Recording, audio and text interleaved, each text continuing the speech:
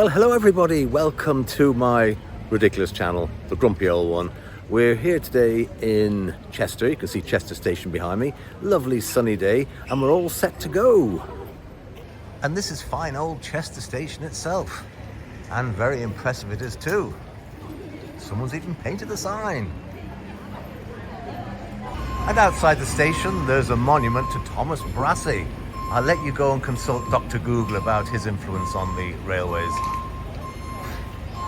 And before we even go anywhere, now the sun's going to be in the way here, we've got a wonderful welcome to Queen's Hotel Mews, and this is the Queen's Hotel right opposite the station.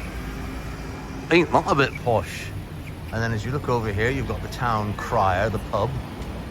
I'm not saying the pub as if I know it, but it's just what a lovely welcome to Chester. There's something you don't see, the old original AA sign. And the Westminster Hotel with a little bit of Tudorification. Seems to be going under refurbishment. And what a lovely gate at the back of the Queen's Hotel. I think the Belgrade Hotel has seen better days. Now, as we make our way into the city centre, I'm absolutely flabbergasted by the cacophony of visitor voices. That's why there's no visitors anywhere else. They've all come to Chester.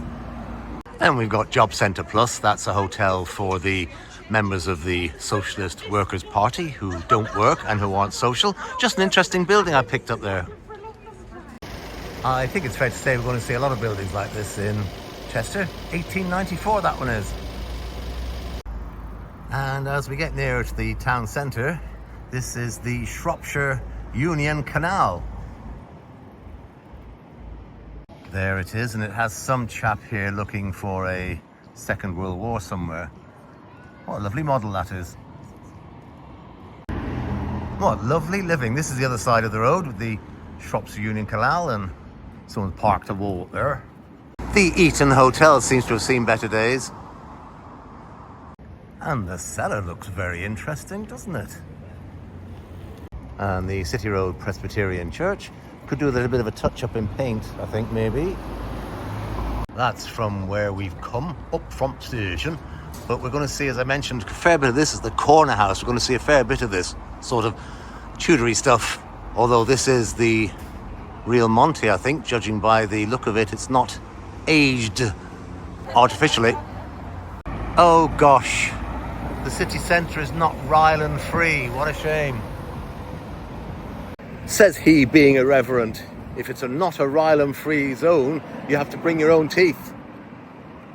And as we make our way into the city centre, I have to confess it's nicely litter-free. And I presume they're saying it with flowers and saying, welcome to the grumpy old git to Chester. And here we are, first view of the main road into and out of the city. And the old Queen's Head. I see it says on the left 1508 and 1939, so we're dealing with potentially real Tudorification here. Note how I didn't say nearly 3:10 when I said 1509. It would seem Chiropody wasn't too sure and is up and left. And from 1571 you really do begin to realise that you are in Chester. Look at these magnificent old buildings. Wonderful. And they're all along the way as we head into the centre of the city. You still do see the signs somewhat. I'm just going to move very quickly because of the tree blocking me. Here we go. You ready for the move? Boom. There we go. Empty building there. And then we've got another charity shop there, British Red Cross, below that lovely old Tudor building. And then, dating back to 1323, Premarché. You have to have a Premarché, you know. This really is a look-up city. And then we've got a boot trying to emulate the old Tudor style, but nevertheless, they're in one of the old Tudor buildings. Look at that. Isn't that lovely? Trusted for wellness, but not trusted to stay open. But look what's above it. Just look at that. Isn't that beautiful? Built in 1601 AD and then rebuilt in 1920 AD. A lot of ADing, I think. And that's in a bit of disrepair. Like any city, really, you find that some of the buildings have been poundlanded and river islanded, and bus in front of it did. I mean, even Starbucks is getting in the mood. And the former old district bank, a lovely building, and beside it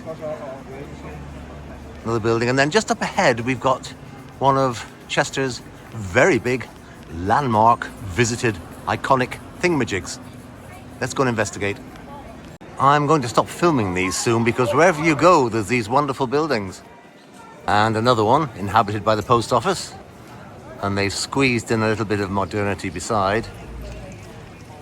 And then yet another one. Look at this lovely old building. And then we come to one of the big tourist attractions, which is the clock. Now, not to bore you with facts, but this very photographed, well, isn't it lovely? This particular clock only has actually 3 faces, because the face that's facing Wales hasn't got a clock on it. I'll bore you with a few details when I sit down for a coffee and a sandwich later on, but while the clock face I just mentioned a couple of minutes ago is blank facing Wales, one of the strange anomalies in the city is that the football club, Chester FC, while it is very much Chester, it's actually in Wales because the boundary of the city just creeps over the border into Welsh Wales, and the football club is based there. Don't know who collects the rents and rates from it, but there you go. Right, time to put on a posh voice as we stand in front of the Grosvenor Hotel. Okay, y'all? Get your blubber lips and your Turkish teeth ready. Right, I'm going to do my regular watcher. Hello, regular watcher. How are you? A favour and shut up and just put some music over while I walk up the main street here in Chester. Oh, just before I do, there we are. Number 1 of the collection, phone spelt with an F. All we've got to do now is find a spoons.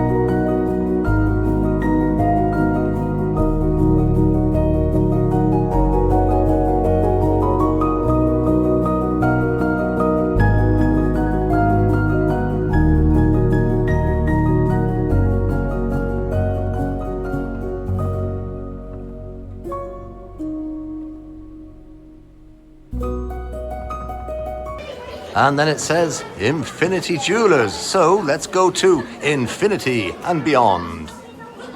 Some more of the wonderful buildings. And then this is one of the very long... It's a very strange thing in Chester because these are sort of shopping arcades that are upstairs, as you can see from looking out over there. Yes, a complete range of shops and things up here on the balcony. as they say over in Yorkshire. And as you look out from the balcony over the other balcony, you can't help but see all the wonderful architectural features of Chester. And as it turns into more modern flooring, even though we are still up on the balcony, as you can see by looking across there, we've come into a rather very pleasant shopping centre. And this is it. And very nice it is too. This is so bright, airy and pleasant and lovely and clean, which I must say all around Chester it is spectacularly clean. Anyway, that's enough shopping centre. Let's move on. Well, to anyone living in South Africa, it must have been a right fear because it's closed down. Roman specialties and bar. That's certainly, very much trading on the heritage of Chester. Why not? Yes, carbonara couldn't be anything else but a restaurant. And it's very nice too. I hope you can see if I zoom in down into the depths because, of course, it's sunny outside. Isn't that lovely? Lovely. And there's three old arches, as you can see written on the thing. 1274 AD. Goodness, I never knew the Archers was going that long. I know, archers, not the archers. Dum-de-dum-de-dum-de-dum, dum-de-dum-de-dum-dum. Well, goodness me, there's an attraction and a half. Sick to death, as we all are of these ridiculous marches on the streets of our country every blooming Saturday. But, well, this is interesting. And as we came out of Sick to Death, we can see that there's 9 medieval parish churches in Chester, and this one was rebuilt. And well, I'll just linger there so you can have a quick read yourself. You can always pause the video if you want to have a read. And down the bottom there, you can just about see is one of the arches entrance to the city. And as we swing round, this is it's a more sort of less commercial. What rubbish is that I'm speaking? Well, you know, we always talk rubbish. And it's just the way out of the city. And this is where we've come up from. This is it's part pedestrianised, but it's fully pedestrianised just up there, about 50 metres. Road is closed. Not making a difference to me because I'm on foot, but that's very quaint. I suppose they've closed it because the woke brigade have taken offence to it being called White Friars. And that's where we've just walked along. Up there in the gallery, as they say. You can see what we missed by walking up there. Yes, more buildings. But this one is quite interesting.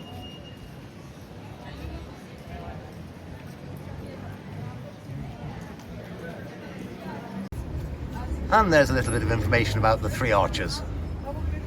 I would say I nipped across the street to grab it, but I didn't. I came out, went across the street and walked up in front of the three arches.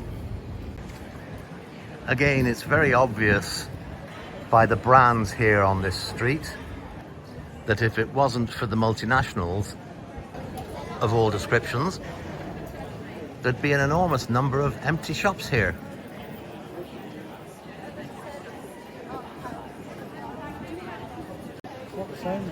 Painfully obvious that perhaps it's the Thursday before a bank holiday, and it is August, and it is Chester, but at just after 12:15 it is phenomenally busy. But I'm sure it's pretty busy all the year round here. Watergate Street. Let's go and see if we can find where Richard Nixon is buried. Pulling your legs. Again, this is just typically Chester. It's beautiful. And as you can see, we've still got more upstairs shopping on the balcony. No cheap seats for shoppers in Chester. Oh, interesting gate. Maybe that's the vault where Nixon is buried here on Watergate. I don't know. As you can see, it just never ends. This Watergate's lovely. It's lovely and narrow, and it's got nice atmosphere and plenty of shops. I've just noticed actually a lot of local businesses strewn about, particularly in this shop, so maybe the rent and rates are a little cheaper, although it being the centre of Chester, I doubt it. The big problem I've found is I just don't know where to look first. I really am getting a crick in my leg. Not even my leg, even in my neck from looking up. Here's a spectacularly old building, this one. No date, but I'm just too lazy to go in and have a look.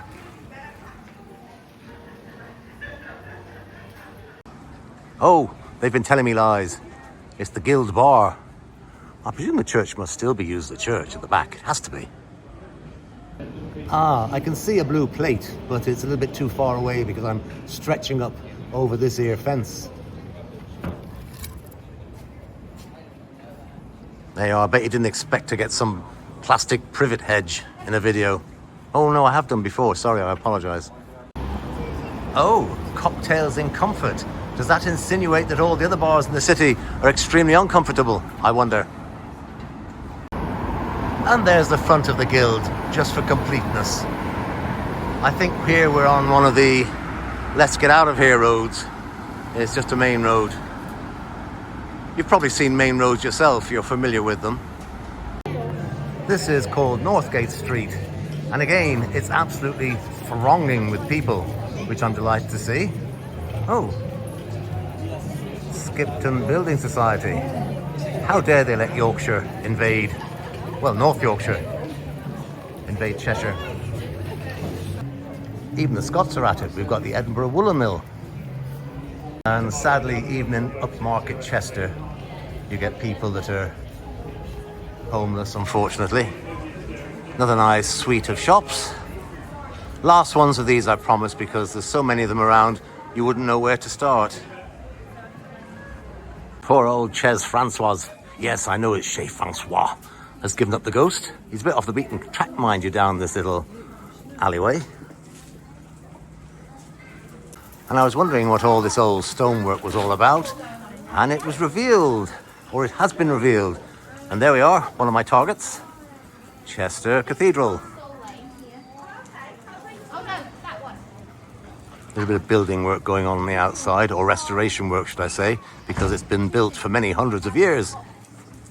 Oh, I wonder is it pronounced Chester? A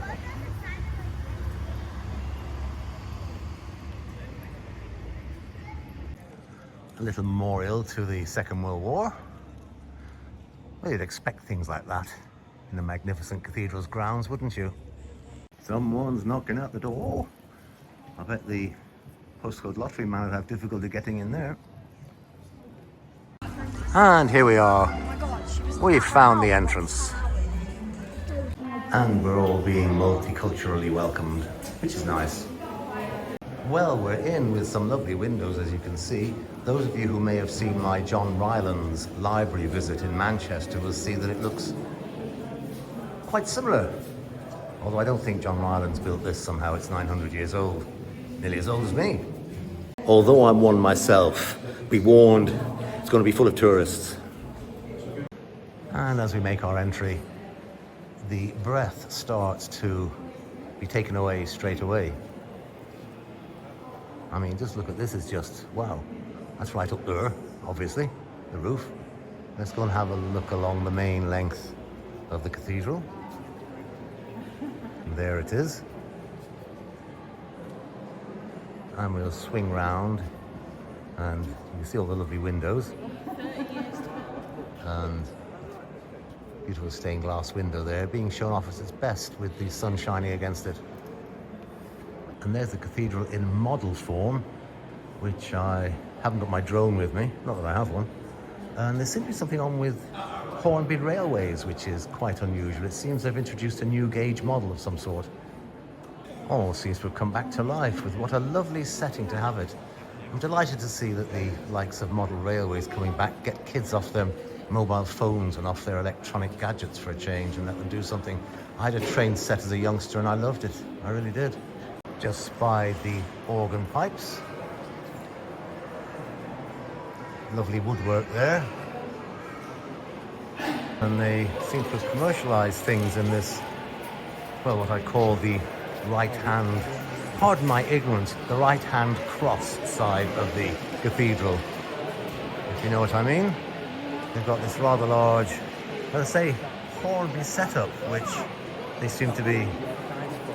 I mean, don't get me wrong, these cathedrals don't exactly just cost 23 pence a day to run. And it's nice to see all these activities and activity things going on for families and kids. Why not?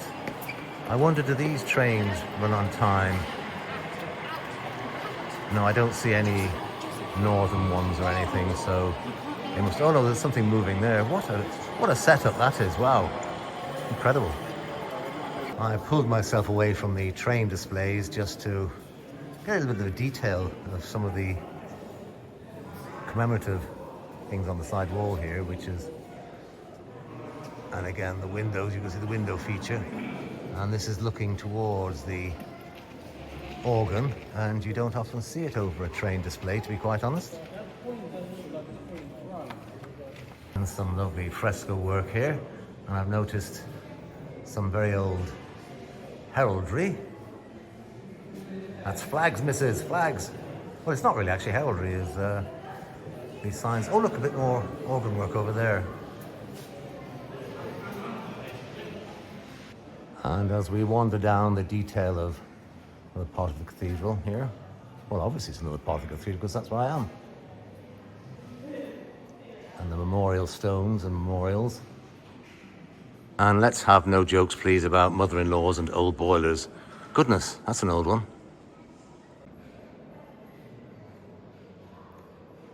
The frescoes are absolutely wonderful, but then they couldn't 3D print them by laser in those days, could they? And there's Thomas Brassey again. Keep seeing him around the place. Not just here in the cathedral. And then at the top end of the church, we've got the main altar, which even to a non-religionist like myself is just lovely. Incredible work of, that's the Last Supper, one presumes. Pardon my ignorance if it's not. And under the main organ works, we seem to have a tomb here. Let's go and have a look at that. Yes, under yet more pipes for the organ, the reed pipes. We have this, not very well, not too sure who it is in it, to be honest with you, but the work is extremely, well, it would have been in those days because that's what people did. They had no thick tack or Instagranny to go and sit behind 24 hours a day.